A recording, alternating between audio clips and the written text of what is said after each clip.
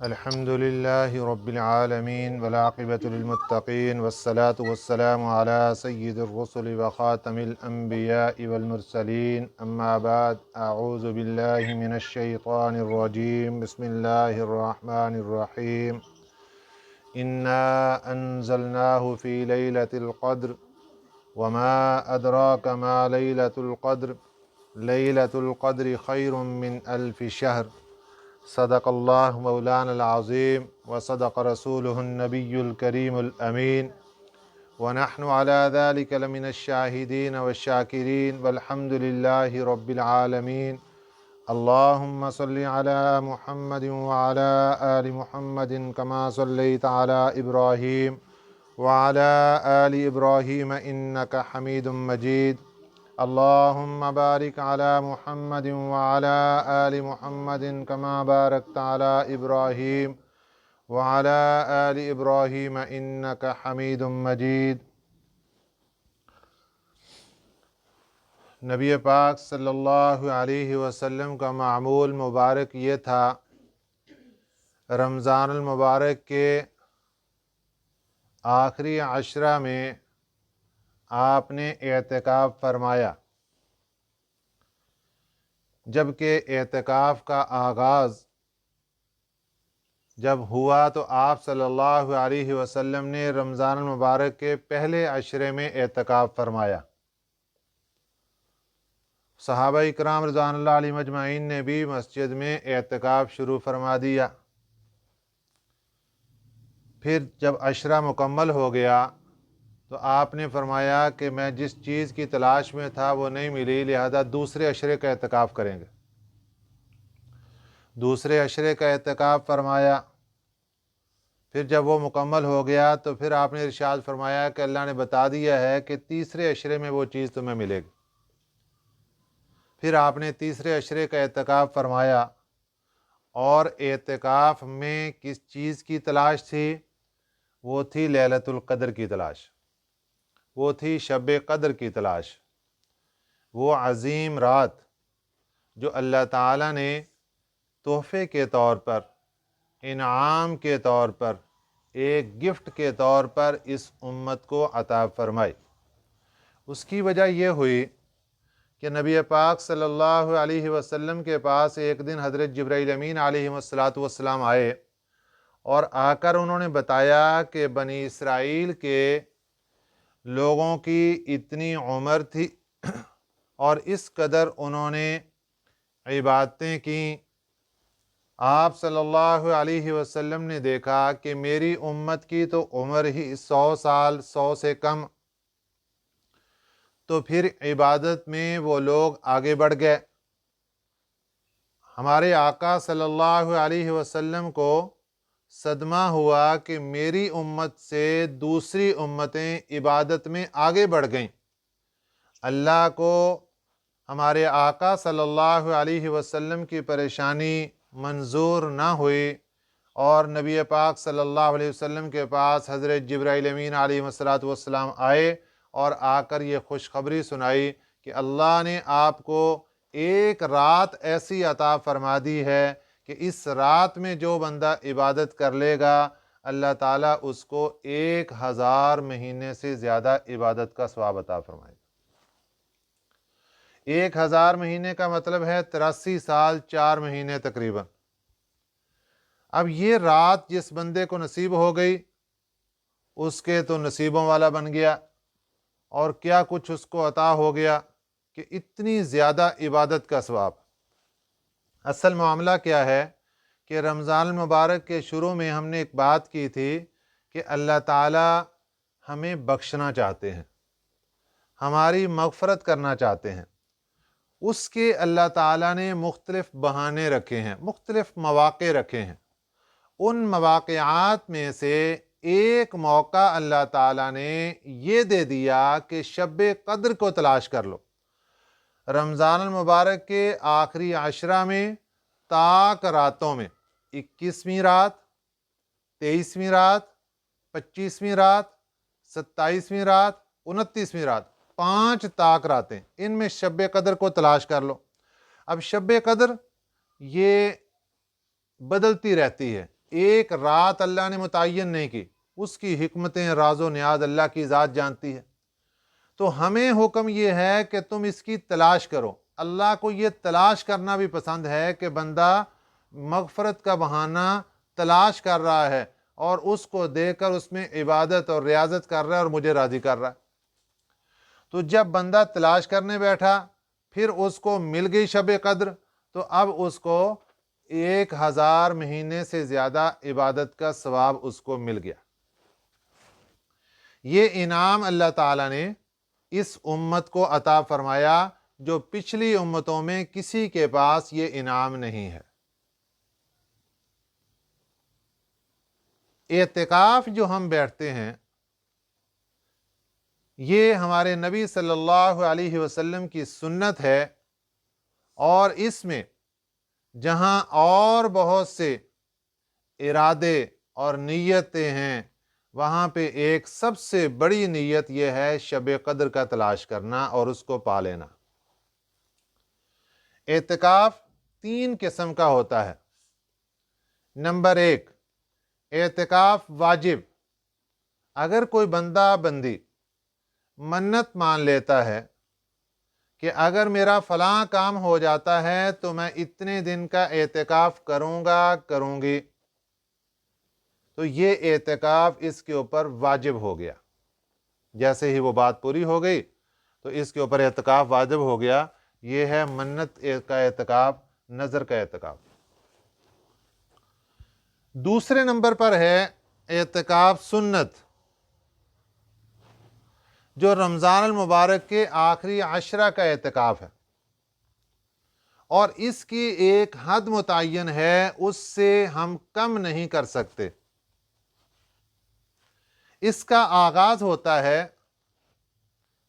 رمضان المبارک کی 20 تاریخ، 20ویں روزے کو جب مغرب ہوتی ہے تو انسان اپنی اعتکاف کی جگہ پہنچ چکا ہو۔ روزہ وہ افطار کرے گا اپنی اعتکاف کی جگہ پہنچ کر، اور پھر جیسے ہی نیا چاند طلوع ہوگا اور عید کے چاند کی خبر آئے گی، اس وقت وہ اپنے اعتکاف کی جگہ سے اٹھے گا، چاہے یہ 9 دن کا ہو جائے، چاہے یہ 10 دن کا ہو جائے۔ اس کو کہتے ہیں سنت اعتکاف، اور یہ پورے 10 دن کا ہوتا ہے، یعنی اس کو کاؤنٹ 10 دن ہی کرتے ہیں۔ اگر اللہ کی طرف سے 9 دن آ جائیں تو ثواب 10 دن کا ہی ملے گا۔ اور ایک تیسرا اعتکاف ہوتا ہے نفلی اعتکاف، مستحب اعتکاف۔ اس کا طریقہ یہ ہے، اس کی کوئی حد متعین نہیں ہے۔ مرد حضرات مسجد میں داخل ہوئے، جیسے ہی دایاں پاؤں مسجد میں رکھا، اعتکاف کی نیت کر لی، وہاں پہ نماز پڑھی، ذکر و اذکار کر لیا، قرآن پاک کی تلاوت کر لی، 10 منٹ کے اندر مکمل ہو گیا، 15 منٹ، 20 منٹ، 5 منٹ، جتنا بھی اعتکاف، جیسے ہی مسجد سے باہر نکلے اعتکاف کا ٹائم ختم ہو گیا۔ اسی طرح گھروں میں خواتین جب ایک نماز کی جگہ متعین ہے، وہ وہاں اعتکاف کی نیت کر کے بیٹھ جائیں، نفلی اعتکاف۔ تو اس طریقے سے اعتکاف میں آ کر ہمارے عمل کا ثواب کئی گنا بڑھ جاتا ہے۔ ایک ہے سمپل، انسان نماز پڑھ رہا ہے، یا وہ قرآن پاک کی تلاوت کر رہا ہے، یا وہ ذکر و اذکار کر رہا ہے، اور ایک ہے اعتکاف کی نیت کر کے پھر وہ بیٹھ کے کر رہا ہے، تو اس کے اندر اجر و ثواب کے اندر کئی گنا اضافہ ہو جاتا ہے۔ اس کی میں ایک مثال عرض کرتا ہوں۔ خواتین، لڑکیوں کی شادی ہو جاتی ہے، اور شادی ہونے کے بعد وہ اپنے سسرال کے اندر قیام فرما ہیں۔ درمیان میں جب موقع ملتا ہے، اپنے والدین کی یاد آتی ہے، تو وہ والدین کو ملنے کے لیے چلی جاتی ہیں۔ اب ایک ہے کہ وہ نیت کر کے چلی گئی، میں نے والدین کو ملنا ہے جی، مجھے یاد آ رہی ہے، ٹھیک ہے۔ اور اگر وہ اپنی اس نیت کو اور درست کر لیں، بہتر کر لیں، کہ والدین کو ملنے کے لیے تو جا رہے ہیں لیکن یہ اللہ کی رضا کے لیے جا رہے ہیں،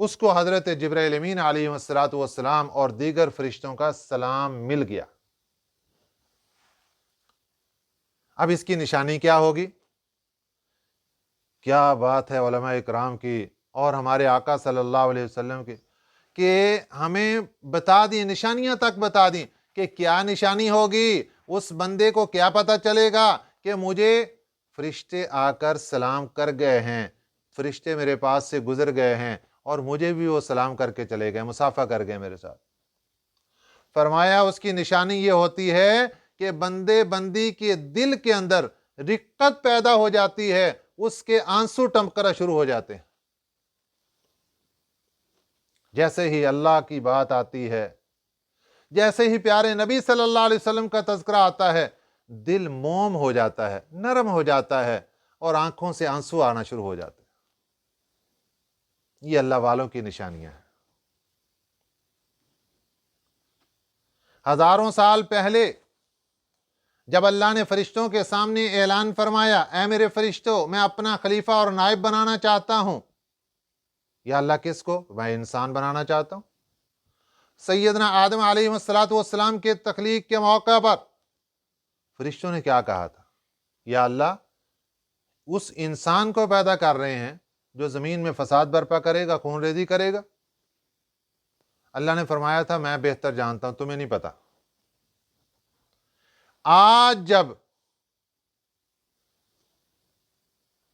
رمضان مبارک کی آخری راتیں چل رہی ہوں اور شب قدر آتی ہے، اللہ فرشتوں کو بھیجتے ہیں، جاؤ ذرا جا کر دیکھو، ان بندوں اور بندیوں کو دیکھو جن کے بارے میں تمہارا فیصلہ یہ تھا یہ خون بہائیں گے، فساد برپا کریں گے، مجھے ناراض کریں گے، ذرا دیکھو وہ کیا کر رہے ہیں۔ علماء اکرام محدثین فرماتے ہیں کہ فرشتے آتے ہیں اور آ کر دیکھتے ہیں، جہاں پر فرشتے مصافحہ کرتے ہیں، سلام کرتے ہیں، وہاں پر وہ معذرت بھی کرتے ہیں انسانوں کے سامنے کہ ہم نے تمہارے بارے میں اس وقت جو بیانات دیے وہ درست ثابت نہیں ہوئے، تم نے تو عبادتیں کر کے اپنے اللہ کو راضی کر لیا۔ اور یہ شب قدر کے اندر اس کی تلاش میں جس بندے نے 10 دن کا اعتکاف کر لیا، اس کو اللہ تعالیٰ 2 حج اور 2 عمروں کا ثواب عطا فرماتے ہیں۔ اس لیے کوشش کرنی چاہیے جتنا ممکن ہو سکے اعتکاف کی ترتیب بنانی چاہیے۔ گھروں میں خواتین اور مساجد میں مردوں کو ترتیب بنانی چاہیے کہ وہ اعتکاف بیٹھیں تاکہ اپنے اللہ کو راضی کر سکیں۔ اللہ کی رحمت بہانے ڈھونڈتی ہے، بندے کو بخشنا چاہتے ہیں، اور بندے کی کوئی نیکی اللہ کو پسند آ گئی، اللہ نے اس نیکی کا بہانہ بنا کر بندے کو جنت کے اندر پہنچا دینا۔ حضرت عباس رضی اللہ تعالیٰ عنہ اعتکاف بیٹھے ہوئے تھے، ایک آدمی آ گیا ملنے کے لیے، بڑا پریشان، بھئی کیا پریشانی ہے؟ اس نے کہا میں نے فلاں بندے کے کچھ پیسے دینے ہیں، قرضہ ہے میرے اوپر، مجھے بہت پریشان کر رہا ہے، اگر آپ اس کو سفارش کر دیں مجھے کچھ وقت مل جائے گا اور آپ کی بات وہ مان لے گا۔ آپ اس بندے کے ساتھ مسجد سے باہر نکل گئے۔ مسجد سے باہر نکلنے سے اعتکاف ختم ہو جاتا ہے۔ اس نے پوچھا حضرت آپ اعتکاف میں؟ کہ بالکل اعتکاف میں تھا۔ آپ کو یاد نہیں ہے اعتکاف؟ ان کا بالکل یاد ہے۔ آپ مسجد سے باہر آ گئے، اعتکاف ختم ہو گیا؟ ان کے بالکل ختم ہو گیا۔ تو آپ نے مسجد نبوی میں روضہ رسول صلی اللہ علیہ وسلم کی طرف اشارہ فرمایا اور فرمایا کہ بہت زیادہ وقت نہیں گزرا کہ میرے آقا صلی اللہ علیہ وسلم نے ارشاد فرمایا تھا کہ جو بندہ بندی کسی بندے کے کام آ جائے، اس کی تکلیف دور کرنے میں، اس کی پریشانی دور کرنے میں، اس کی مصیبت دور کرنے میں سہارا بن جائے، اس کو اللہ تعالیٰ 10 سال کے اعتکاف کا ثواب عطا فرما دیتے ہیں۔ اس لیے جہاں پر دوسری چیزوں کو ہم دیکھیں، وہاں اپنے محلے کے اندر، اپنے ارد گرد دیکھیں، کوئی پریشانی میں ہے، میں کس طریقے سے اس کی پریشانی کو دور کر سکتا ہوں، میں کیسے اس کا سہارا بن سکتا ہوں۔ قال النبی صلی اللہ علیہ وسلم خیر الناس من ينفع الناس، لوگوں میں بہترین وہ ہے جو نفع کے اعتبار سے بہتر، لوگوں کو نفع پہنچائے۔ ہم لوگوں کے لیے نفع مند ثابت ہوں، ہمارا 1 منٹ اگر نفع کے لیے اگر لگ گیا تو ہم بہترین لوگوں میں شمار ہو جائیں گے۔ اور بہترین کی مہر کون لگا رہا ہے؟ سید الاولین والآخرین، امام الانبیاء حضرت محمد رسول اللہ صلی اللہ علیہ وسلم ہمیں سند دے رہے ہیں کہ تم بہترین لوگ ہو، تم لوگوں کے کام آ رہے ہو۔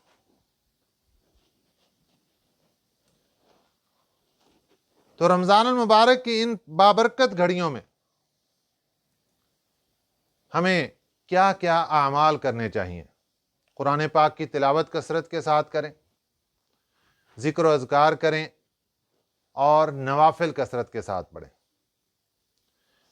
گزشتہ جو اولیاء اللہ دنیا سے گزر گئے، ان کی تاریخ اور ان کی زندگی جب پڑھ کر ہم دیکھتے ہیں تو انہوں نے سب سے زیادہ جو اعمال کیے ہیں وہ ان تینوں میں سے ایک عمل ہے۔ کسی نے نوافل کثرت کے ساتھ پڑھے، کسی نے ذکر و اذکار کثرت کے ساتھ کیا، کسی نے قرآن پاک کی تلاوت کی۔ یہ 3 اعمال ایسے ہیں جو اللہ کے قریب کر دیتے ہیں بندے کو۔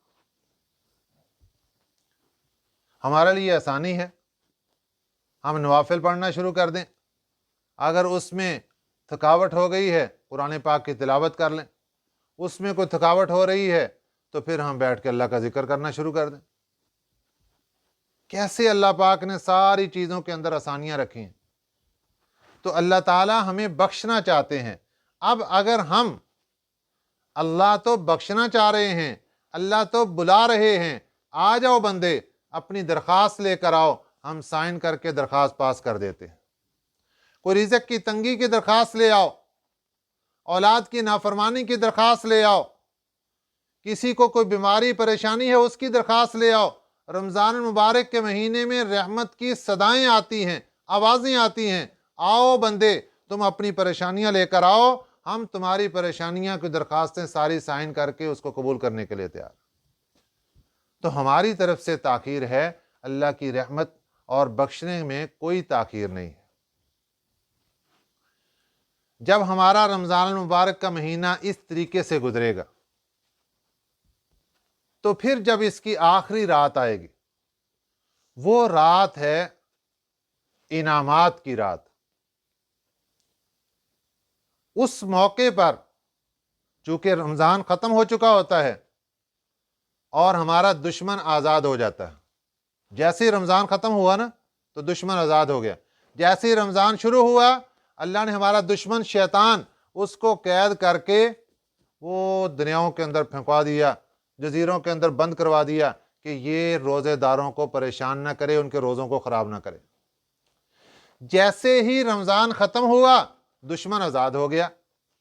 اب دشمن نے کیا حملہ کرنا ہے کہ پورے مہینے کے اندر جتنی عبادتیں کی، جتنے روزے رکھے، جتنی نوافل پڑھے، قرآن پاک کی تلاوت کی، ذکر و اذکار کیا، یہ اس کے اوپر حملہ کرے گا، ڈاکہ ڈالے گا تاکہ یہ سب کچھ اس کا ایک لمحے کے اندر ضائع ہو جائے۔